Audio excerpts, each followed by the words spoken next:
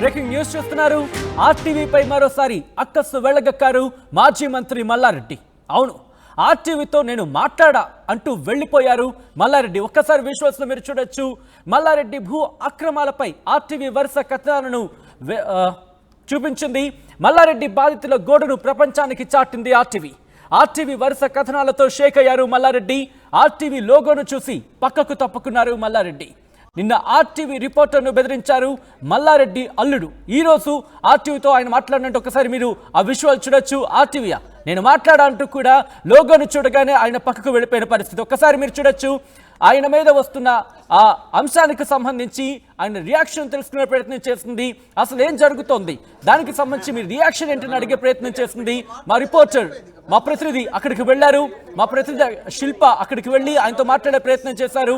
మీరెవరు? ఆర్టీవీయా? అయితే నేను మాట్లాడా అంటూ ఆయన అక్కడి నుంచి మళ్ళీ చెప్పినట్టు కూడా ఆయన వెళ్ళిపోయిన పరిస్థితి ఒక్కసారి విజువల్స్ లో మీరు చూడొచ్చు. అక్కడ ఆయనతో మాట్లాడే ప్రయత్నం చేస్తుంది మా ప్రతినిధి శిల్ప. అసలు ఇంతకీ అక్కడ ఏం జరిగింది ఓసారి చూద్దాం.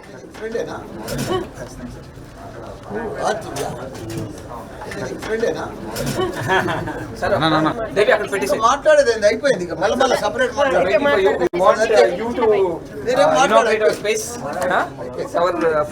మళ్ళీ చెప్పిందే చెప్పాలని అసలు కాదు. అయిపోయింది చెప్పేసి కదా.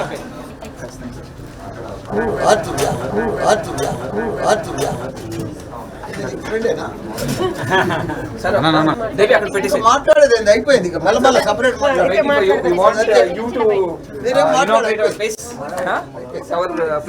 మళ్ళీ చెప్పిందే చెప్పాలని అసలు కాదు. అయిపోయింది చెప్పేసి రైట్ చూస్తున్నారు. ఆర్టీవీ అంటూ ఆయన వెంటనే అక్కడి నుంచి వెళ్ళిపోయిన పరిస్థితి. అక్కడ రియాక్షన్ ఇచ్చింది లేదు. ఏ మీడియా అయితే ఏముంది, ఆయనకి కావాల్సింది ఎగ్జాక్ట్ సమాచారానికి సంబంధించి అడిగే ప్రశ్నకు సమాధానం ప్రజలకు ఇవ్వాల్సిన అవసరమైన బాధ్యతాయుతమైన ప్లేస్లో ఆయన ఉన్నారు. ఒక్కసారి విజువల్స్లో మీరు చూడొచ్చు. ఆయనతో మాట్లాడే ప్రయత్నం చేస్తుంది. తప్పు చేయకపోతే సమాధానం చెప్పడానికి ఏముంది? ఇదే అంశాన్ని ప్రజలు అడుగుతున్నారు. అవును, ప్రజల తరపున అడిగే ప్రయత్నం చేస్తుంది, సమాధానం తెలుసుకునే ప్రయత్నం చేస్తుంది. భూ అక్రమాలకు సంబంధించి ఆయన మీద ఆరోపణలు కావచ్చు, లేకపోతే ఇన్ఫాక్ట్ ఆ కబ్జాలకు సంబంధించి కొలగొడుతున్న పరిస్థితి, ప్రభుత్వమే సర్కారే కొలగొడుతున్నప్పుడు వారికి సంబంధించి ఇది ఎంతవరకు సమంజసం? బాధితులు బయటకు వస్తున్నారు. బయటకు వచ్చి ఇదిగో మాకు అన్యాయం జరిగింది, ఈ విషయంలో అన్యాయం జరిగింది అంటూ వాళ్ళు అక్కడ చెబుతున్న పక్షంలో దానికి సంబంధించి రియాక్షన్ కోసం వెళ్ళింది మల్లారెడ్డి గారు. మీ రియాక్షన్ ఏంటి అని చెప్పి తెలుసుకునే ప్రయత్నం చేస్తుంది. కానీ అక్కడ ఏ మీడియా అయితే ఏముంది? ఆర్టీవీయా? ఆ లోగో చూసిన తర్వాత అక్కడి నుంచి వెళ్ళిపోయిన పరిస్థితి ఒక్కసారి మీరు చూడొచ్చు. ఒక ప్రజాప్రతినిధి ఇలానా చేస్తారు? ఒక ప్రజాప్రతినిధి అయ్యుండి ఇదేనా మీ కర్తవ్యం అని చెప్పి ప్రశ్నిస్తుంది. ఇన్ఫాక్ట్ ఒక్కసారి విజువల్లో చూడండి. ఆర్టీవీ అంటూ ఆయన లోగో చూసిన తర్వాత అక్కడి నుంచి వెళ్ళిపోవడం, ఇది ఎంతవరకు సమంజసం? మీరు తప్పు చేయకపోయి ఉంటే, మీరు తప్పు చేయలేదు అని మీరు అనుకుంటే మాట్లాడడానికి ఏముంది? ఇది కదా అడుగుతోంది సమాజం నుంచి. బాధ్యతాయుతమైన స్థాయిలో ఉన్న ఒక వ్యక్తి దీనికి సంబంధించి సమాధానం చెప్పాల్సిన అవసరం ఉంటుంది. ఒక్కసారి మా ప్రతినిధి శిల్ప దగ్గరికి వెళ్ళే ప్రయత్నం చేద్దాం. అసలు ఇంతకీ అక్కడ కాన్వర్జేషన్ ఏం జరిగిందో తెలుసుకుందాం. శిల్ప, మీరు వెళ్ళారు, మల్లారెడ్డితో మాట్లాడే ప్రయత్నం చేశారు. అసలు ఇంతకీ అక్కడ ఏం జరిగింది? ఆయన ఎందుకు మాట్లాడలేదు? ఎందుకు ఆర్టీవీ లోగో చూసి వెంట వెళ్ళిపోయారు అక్కడి నుంచి? సచిన్, గత కొన్ని రోజులుగా మాజీ మంత్రి మల్లారెడ్డి భూ ఆక్రమణాలు ఒక్కొక్కటిగా బయటకు వస్తున్నాయి. ఈ తరుణంలో ఆర్టీవీ వరుస కథనాలు రిలీజ్ చేసుకుంటొచ్చు. అసలు నిజంగా భూ ఆక్రమణ జరిగాయా లేదా అనుకుంటే ఇలా వరుస కథనాలు వేస్తున్న తరుణంలో నిన్న మన రిపోర్టర్ వెళ్ళినప్పటికీ ఎవరైతే మాజీ మంత్రి మల్లారెడ్డి అల్లుడైన రాజశేఖర్ రెడ్డి ఇప్పటికే రిపోర్టర్ని బెదిరించారు. ఈ తరుణంలో ఏదైతే ఈ రోజు ఒక ప్రోగ్రామ్ ఉంది, దానికి చీఫ్ గెస్ట్ గా మల్లారెడ్డి అటెండ్ అయ్యారు. సో ఈ ప్రోగ్రామ్ లో భాగంగా నేను ఆయనని అసలు నిజంగా భూ ఆక్రమణకు పాల్పడినప్పటికీ ఎందుకు మీరు ఆన్సర్ ఇవ్వట్లేదు అని ముందుకెళ్ళి ప్రశ్నించగా, మీరే ఛానల్? ఆర్టీవీకి నేను ఎందుకు ఇవ్వాలా అన్నట్టు స్పెసిఫిక్ గా ఫైండ్ అవుట్ చేసి అసలు ఆర్టీవీ ఇక్కడికి ఎందుకు వచ్చిందని ఆయన అన్నాడు. సో దీంతో అక్కడ ఉన్న వాళ్ళందరూ అవక్కయ్యారు. సో ఒక్కసారి ఇదే అంశానికి సంబంధించి లైవ్ లో ఉండండి. ఒక్కసారి శిల్ప లైవ్ లో ఉండండి. రిపోర్టర్స్ ఉంటారు వాళ్ళందరూ అవక్క ఎందుకు ఇలా అన్నారు అని అందరూ అడగడం మొదలు పెట్టారు. ఒక్కసారి మళ్ళీ విజువల్ చూసిన తర్వాత పాల్పడినప్పుడు మనం అడిగే ప్రశ్నలకు ఎందుకు చెప్పట్లేదు, సో ఆయన సమాధానాలు చెప్తే నిజంగా ఆక్రమణ పాల్పడ్డారా లేదా అనే విషయాలు బయటకు వస్తాయి. అయినప్పటికీ ఆయన సమాధానం స్పెసిఫై గా నువ్వు ఆర్టీవీ పక్కన ఉన్న రిపోర్టర్స్ మీ ఫ్రెండా అని ఈ విధంగా క్వశ్చన్స్ మరి వేసి అడుగుతున్నాడు. సో దీన్ని బట్టి మనం అర్థం చేసుకోవచ్చు. జస్ట్ మనము క్యాజువల్ గా నిజంగా ఆక్రమణకు పాల్పడ్డారు, ఎందుకు మీ పైన వరుస దాడులు జరుగుతున్నాయి అని దీన్ని పాజిటివ్ వేలో ఇచ్చే విధంగా చేసినప్పటికీ ఆయన అసలు మీరు ఆర్టీవీ ఎందుకు వచ్చారు అన్నట్టుగా కొంచెం చాలా నెగిటివ్ గా రియాక్ట్ అయిన పరిస్థితి అక్కడ కనిపించింది. సో దీంతో అక్కడ ఉన్న వాళ్ళందరూ షాక్ అయ్యారు, ఎందుకు ఈ విధంగా స్పెసిఫై గా ఆర్టీవీ ఇలా చేస్తున్నారని అక్కడ ఉన్న వాళ్ళందరూ నన్ను క్వశ్చన్ చేసిన పరిస్థితి. శిల్ప ఒక్కసారి మీ లైన్ లో ఉండండి. అసలు ఎంతకీ ఏం జరిగింది మరొకసారి చూపించే ప్రయత్నం చేద్దాం, మళ్ళీ మాట్లాడే ప్రయత్నం చేద్దాం. ఒక్కసారి అసలు ఏం జరిగింది, ఎందుకంటే నిన్న సాయంత్రం ఇదే అంశానికి సంబంధించి టెలికాస్ట్ చేసి చూపించే ప్రయత్నం చేస్తుంది ఆర్టీవీ. మాజీ మంత్రి మల్లారెడ్డి అల్లుడు ఆర్టీవీని బెదిరించడం. ఈ రోజు మాజీ మంత్రి మల్లారెడ్డి లోగో చూసి ఆర్టీవీ అని చెప్పి అక్కడి నుంచి వెళ్ళిపోయారు. అంటే లోగోతో సంబంధం ఏముంది, మీ మీద ఆరోపణలు వస్తున్నాయి, ఆరోపణలకు సంబంధించి సమాధానం కోసం మీ దగ్గర రావడం జరిగింది. ఆ సమాధానాన్ని ఒక బాధ్యతాయుతమైన మాజీ మంత్రి ప్రజాప్రతినిధి స్థాయిలో ఉన్న వ్యక్తికి సమాధానం చెప్పాల్సిన బాధ్యత ఉంటుంది. ఈ నేపథ్యంలోనే అక్కడ అడిగే, ఎందుకంటే ప్రజలు కూడా తెలుసుకోవాలనుకుంటున్నారు. దాంతోపాటు ముఖ్యంగా మీ బాధితులే ఆర్టీవీతో ఎక్స్క్లూజివ్గా మాట్లాడినప్పుడు చెబుతున్నారు. ఈ నేపథ్యంలోనే అసలు ఏం జరిగింది అనేది మీ నుంచి రియాక్షన్ తెలుసుకునే ప్రయత్నం చేస్తుంది ఆర్టీవీ. వన్ సైడ్గా కథనాలు ఏం వేయలేదు, మీ నుంచి రియాక్షన్ తెలుసుకుంటే మీ రియాక్షన్ కూడా ఇక్కడ ప్రసారం చేయాలనుకుంది. కానీ మీరు లోగో చూసిన తర్వాత అక్కడి నుంచి వెళ్ళిపోయారు. ఒకసారి అసలు ఇంతకీ ఏం జరుగుతుందో ఒకసారి చూసిన తర్వాత మళ్ళీ శిల్ప దగ్గరికి వెళ్ళే ప్రయత్నం చేద్దాం.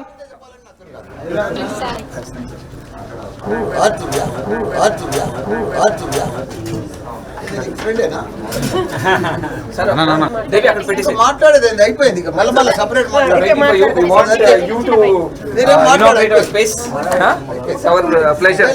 చెప్పిందే చెప్పాలని అతను కాదు, అయిపోయింది చెప్పేసి కదా.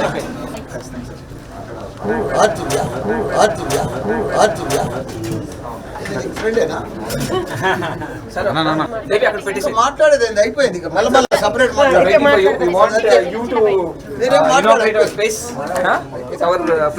మళ్ళీ చెప్పిందే చెప్పాలని అతను కాదు, అయిపోయింది చెప్పేసి కదా.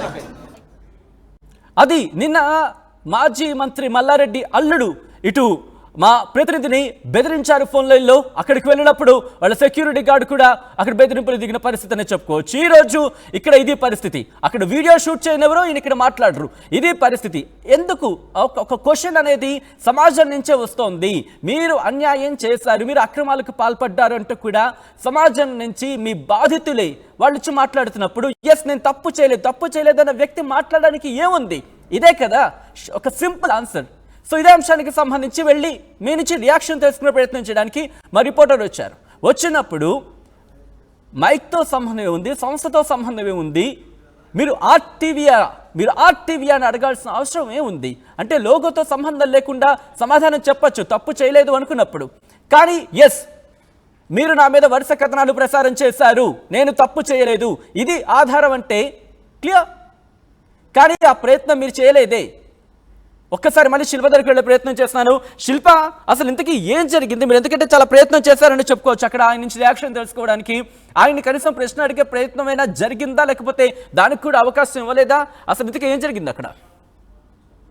సచిన్, నిన్న ఏరోనాటికల్ ఇంజనీరింగ్ ఇప్పటికే కూల్ చేశారు. దానిలో భాగంగా మన రిపోర్టర్ అక్కడ వెళ్ళంగా ఆయన అల్లుడు ఎవరైతే ఉన్నారో మర్రి రాజశేఖర్ రెడ్డి ఆయన బెదిరించారు. సో ఇలా ఎందుకు బెదిరిస్తున్నారు సార్, మీ నుంచి మేము కన్విన్స్ చేయడానికి మాట్లాడారు సార్, ఇలా ఎందుకు జరుగుతుంది, నిజంగా ఆక్రమణకు పాల్పడ్డారా లేదా అని ఇలా చాలా కన్విన్స్ చేసే విధంగా ఆన్సర్ అడిగింది. అయినప్పటికీ ఒక ఆడపిల్లని చూడకుండా చాలా దురుసుగా వ్యవహరించారు.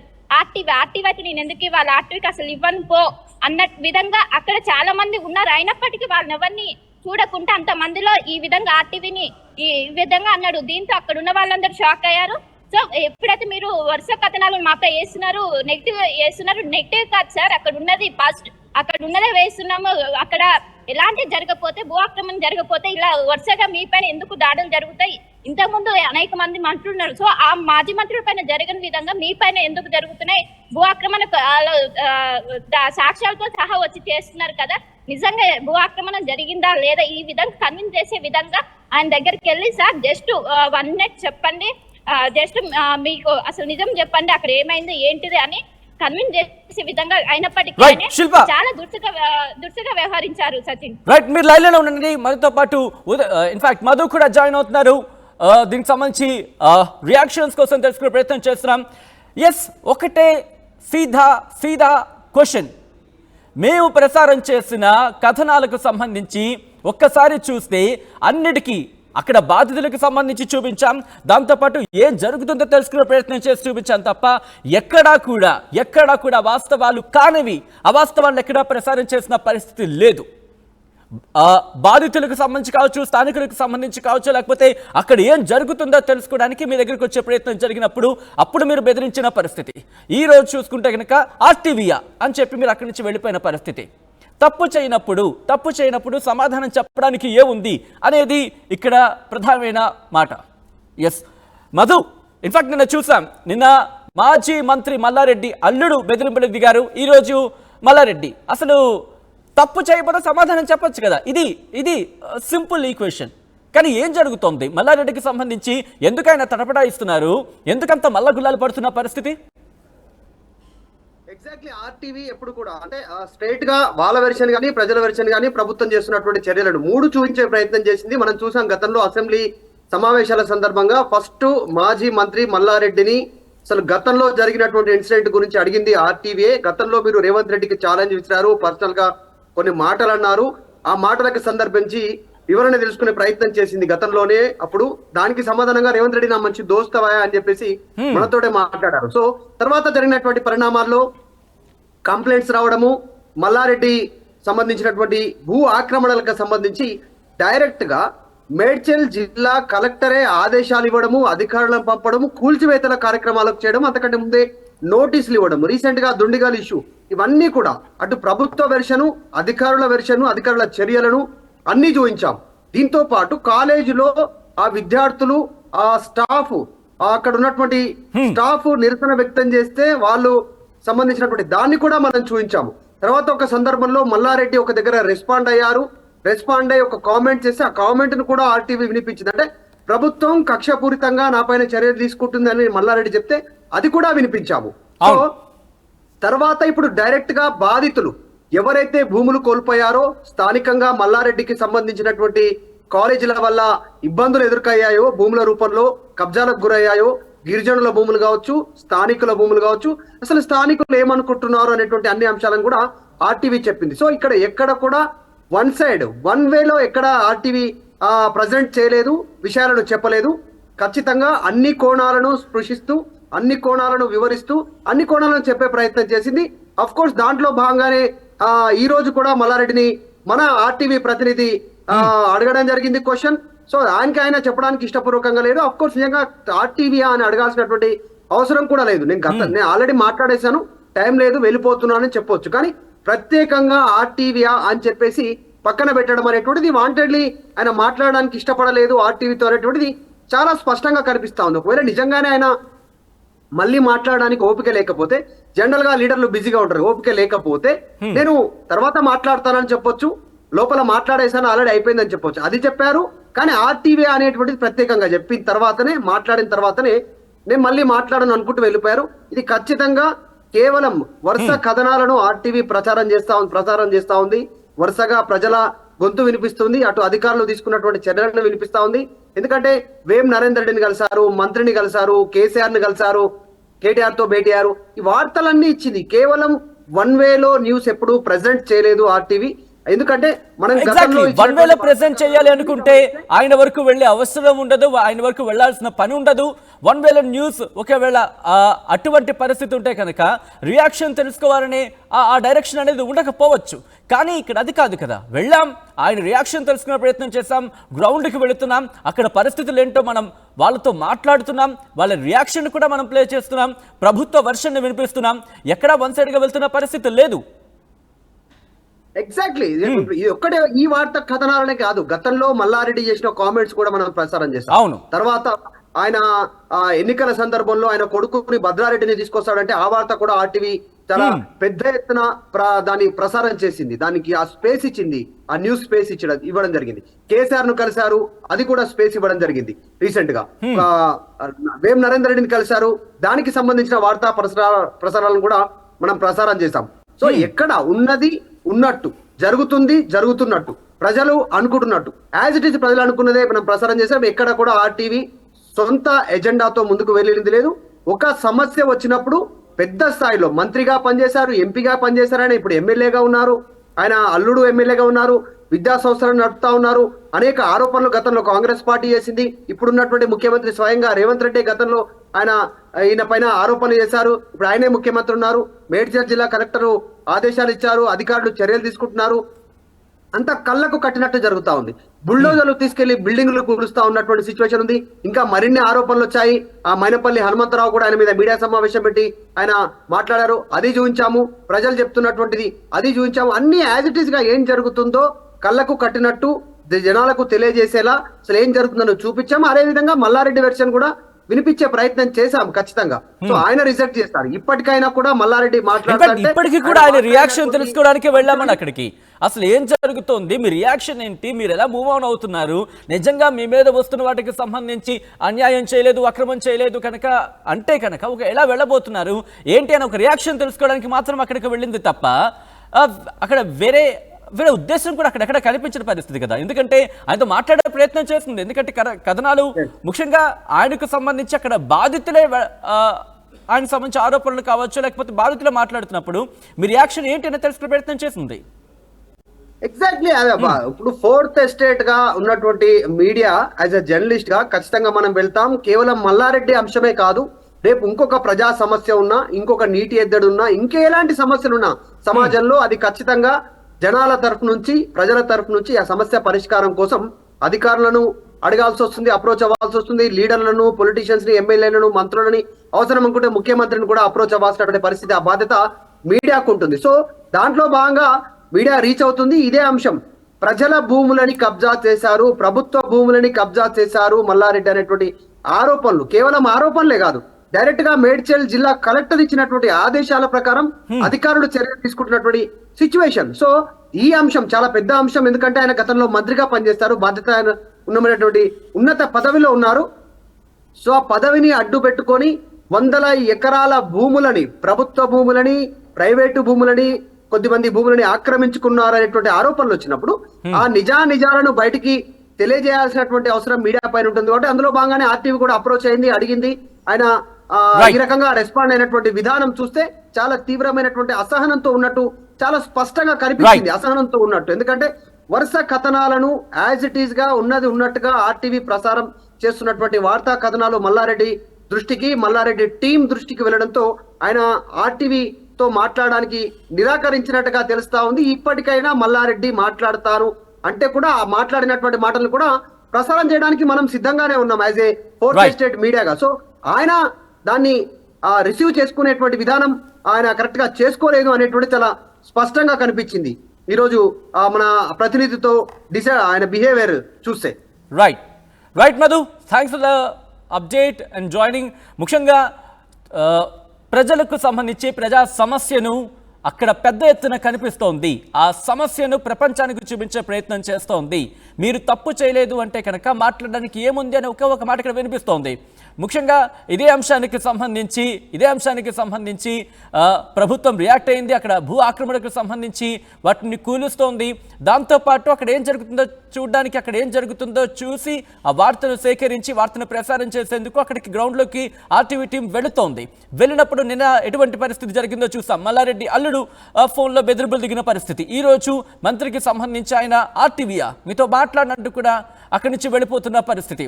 ఒక్కసారి ఈ రోజు ఏం జరిగిందో చూసే ప్రయత్నం చేద్దాం.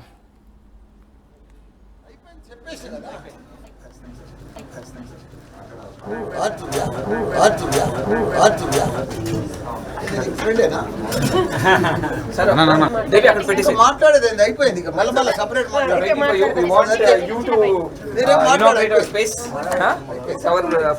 మళ్ళీ చెప్పిందే చెప్పాలని నాకు కాదు.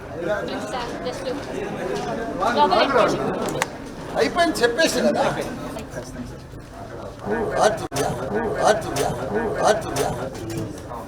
ఫ్రెండేనా దేవి అక్కడ పెట్టేసి మాట్లాడేది ఏంది? అయిపోయింది ఇక మళ్ళీ separate we want you to నేనేం inaugurate మాట్లాడలేదు. our space. It's our pleasure.